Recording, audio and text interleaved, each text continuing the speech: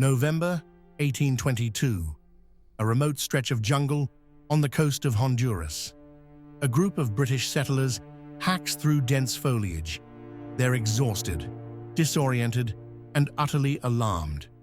According to their maps, they should be standing in the bustling capital city of a new country called Poyais. But there is no city, no Poyais at all, only swamps and mosquitoes. These men and women have been conned on an epic scale. The tropical paradise they invested their life savings in does not exist. And the mastermind behind this colossal scam, a charismatic Scottish rogue named Gregor McGregor, war hero, aristocrat, and con artist extraordinaire. In the early 19th century, McGregor was a master of deception who pulled off one of history's most brazen frauds. To understand how, we need to see who McGregor was and how he gained the credibility to sell an imaginary land. McGregor started out seeming every bit the respectable soldier. Born in Scotland in 1786, he joined the British Army at 16 and fought in the Napoleonic Wars. By the 1810s, he ventured to South America as a soldier of fortune, even serving as a general under the legendary Simón Bolívar in the Venezuelan War of Independence. He married into nobility, Bolívar's own cousin, and cultivated an image of a dashing military hero. In 1821, McGregor returned to Britain with tales of glory and a new royal title. He boldly declared himself Cazique of Poyais, meaning Prince or Chief of Poyais, a country no one had heard of. Yet, armed with his war record and impeccable charm, McGregor captivated London society. The Lord Mayor of London even held a banquet in his honor. Over fine dinners and polite applause, McGregor regaled audiences with stories of his supposed Central American domain. He explained that a native king on the Mosquito Coast, in today's Honduras, had granted him millions of acres of fertile land to rule. By all accounts, he played the part of a noble prince flawlessly. London was abuzz with reports of this mysterious new nation nestled in the Caribbean tropics. McGregor described Poyais in vivid detail as a veritable utopia, rolling green hills, fertile farmland, and rivers gleaming with gold. Its capital city, he claimed, was St. Joseph, a European-style metropolis, he said, boasted wide boulevards, an opera house, a domed cathedral, and even a royal palace. The native Poyais, according to McGregor, were friendly and industrious, and the climate miraculously free of tropical disease. In mid-1822, McGregor even published a 355-page guidebook for Poyais, credited to a fictitious Captain Thomas Strangeways. This guide, printed on fine paper, painted Poyais as a settler's paradise. It claimed the soil was so rich you could harvest 3 crops of corn a year and pluck exotic fruits straight from the vine. Supposedly, a hard-working farmer in Poyais would become wealthy in no time. The guidebook gushed about gold deposits in the rivers, abundant fish and game, and a local population eager to welcome British colonists with open arms. It was persuasive and utterly false. McGregor's sales campaign went into overdrive. Newspaper advertisements, pamphlets, and even catchy ballads sung in the streets of Edinburgh and London all touted the wonders of Poyais. "We'll all go to Poyais together," went one popular song, igniting dreams of fortune and a fresh start. McGregor opened a gleaming Poyais office in London to lend legitimacy, effectively acting as an embassy of this imaginary nation. And sell he did. McGregor offered land certificates to investors and would-be settlers at bargain prices, 100 acres of prime Poyais land for just £11. Thrilled by the prospect, merchants, farmers, and retired soldiers rushed to buy. For those with bigger ambitions and wallets, McGregor sold titles and positions in the Poyais government and military. Want to be a colonel in the Poyaisian army or a banking director in the capital city? In McGregor's grand vision, you could purchase that prestige. Money poured in. By one estimate, His Highness McGregor raked in several £100,000, an enormous sum in the 1820s, from land sales and Poyais bonds floated on the London market. To further cement the illusion, McGregor had his own currency printed, Poyais dollars, and even had it produced by a respected British printer to look utterly authentic. He exchanged settlers' British pounds for these fancy-looking Poyais banknotes, assuring them their money would be useful when they arrived. Nothing was overlooked. A new world needed new money after all. Finally, the dream was ready to set sail.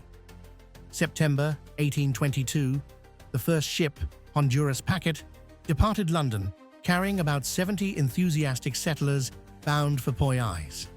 McGregor himself saw them off, bidding farewell as they embarked on this grand adventure.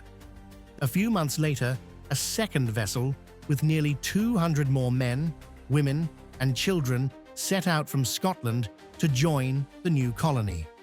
Many of these pioneers had bet everything on Poyais, selling their homes, quitting their jobs, all for a chance at prosperity in this promised land.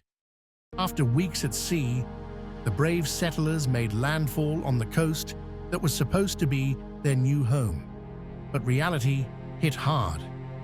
When the first group arrived at the coordinates McGregor provided, they found no welcoming committee, no bustling port town, nothing but untouched jungle along the Black River. Confused but determined, they assumed they must be early or off course. They began searching for the capital city saint, Joseph, hacking into the wilderness, expecting at any moment to see the spires of the promised opera house or the Grand Parliament building. They found only vines and marshland. It dawned on them that Poyais was a fantasy. There was no saint, Joseph, no infrastructure at all. The settlers from the second ship, arriving soon after, were horrified to discover the first group, ragged and ailing, camped on the beach in makeshift huts. Together, the settlers did what they could. They tried to found a settlement from scratch, using the scant supplies they had. But they were bankers, farmers, craftsmen who had expected to step into an established colony. Instead, they were in the middle of nowhere, unprepared for the harsh reality of the Mosquito Coast. Soon, tropical disease set in. Malaria, yellow fever, and dysentery tore through the camp. The jungle paradise McGregor had promised turned out to be a malarial swamp. One Scottish settler, James Hasty, wrote of the crisis, "Sickness and despondency was so general that few were able or willing to make any exertion." People who had been filled with hope just weeks before were now fighting to survive. By the spring of 1823, the plight of these colonists reached a British naval outpost in Belize. A rescue mission was launched. In May 1823, a British ship arrived and evacuated the desperate survivors from the cursed shore. It was none too soon. Out of roughly 250 settlers who had sailed for Poyais, over half would never make it home. More than 150 men, women, and children died in the jungle. When the emaciated survivors straggled back to London and Scotland in late 1823, the story exploded in the press. Headlines screamed of the Poyais fraud. The public was astonished that such an audacious scam had gone so far. Investors who had sunk money into Poyais realized their bonds and land deeds were worthless. Families mourned, loved ones lost to a lie. Gregor McGregor's grand scheme was exposed for all to see. Yet, incredibly, the man himself was nowhere to be found. Even amid the outrage, some of McGregor's most devoted believers refused to accept the truth. A few of the bamboozled settlers defended him, insisting perhaps he had been let down by subordinates or that unforeseen misfortunes ruined an otherwise solid plan. Such was McGregor's charisma that victims couldn't believe he intended harm, but the majority demanded justice. Authorities sought McGregor to answer for the catastrophe, only to discover that their cacique of Poyais had fled. McGregor had slipped across the English Channel to France. You might think after such a disaster, he would lie low. Not Gregor McGregor. By 1825, in Paris, he was at it again, spinning the same fantastical yarn. He printed a Poyais constitution, secured loans from French banks, and started recruiting French settlers with promises of land and opportunity in glorious Poyais. Astonishingly, he amassed nearly £300,000 from French investors, even more than he had in Britain. A ship was prepared in France to carry new, hopeful emigrants off to this non-existent nation. This time, however, word of the previous Poyais debacle had begun to spread. Right before the next wave of victims set sail, the French authorities got suspicious. They halted the voyage at the docks.